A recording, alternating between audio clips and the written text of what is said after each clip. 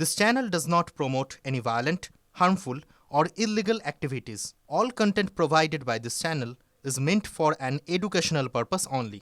দেখুন আজকে অনেক ঘাত প্রতিঘাত সহ্য করে আজকে ইলেকশন কমিশন এবং মিস্টার জ্ঞানেশ কুমারের নেতৃত্বে আজকে এসআইআর প্রক্রিয়া কালকে সম্পন্ন হতে চলেছে। আমরা সাধারণ মানুষ হিসেবে ওনার কাছে এটাই চাই যে একটিও বৈধ ভোটারের নাম আশা করব যেন কাটা না যায়, সে হিন্দু হোক আর মুসলমান হোক। আর একটিও বাইরের মানুষ, ঢাকার মানুষ, বাংলাদেশের মানুষ, বার্মা বা রিঙ্গুনের মানুষ আমাদের বা পাকিস্তানের মানুষ আমাদের রাজ্যে বা আমাদের দেশে যেন না থাকে।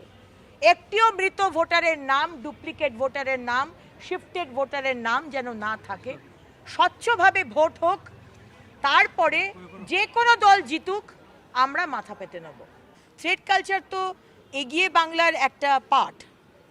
মমতা ব্যানার্জি এবং তৃণমূল সরকার যে বলেন এগিয়ে বাংলা, আমরা বাংলা অনেক কিছুর সাথে চুরি, লটারি, ধর্ষণ, খুন, পরিবেশকে নষ্ট করার সাথে সাথে আমরা এটাও পেয়েছি আর কি যে হুমকির কালচার, থ্রেট কালচার। এটা তো একটা এস্টাবলিশড ফ্যাক্ট, এটা তো মানে আপনি অস্বীকার করতে পারবেন না। এবং এখানে যে মাইক্রো অবজারভারদের দেওয়া হয়েছে আর কোথাও কিন্তু হয়নি, দরকারও হয়নি, কারণ আরও 11টা রাজ্যে হচ্ছে, কোথাও টু শব্দটি নেই। কিন্তু এখানে প্রাণপণ চেষ্টা করে গেছেন এই তৃণমূল সরকার মমতা ব্যানার্জির নেতৃত্বে যাতে এসআইআরটা না হয়। এবং কেন উনি চাইছিলেন না?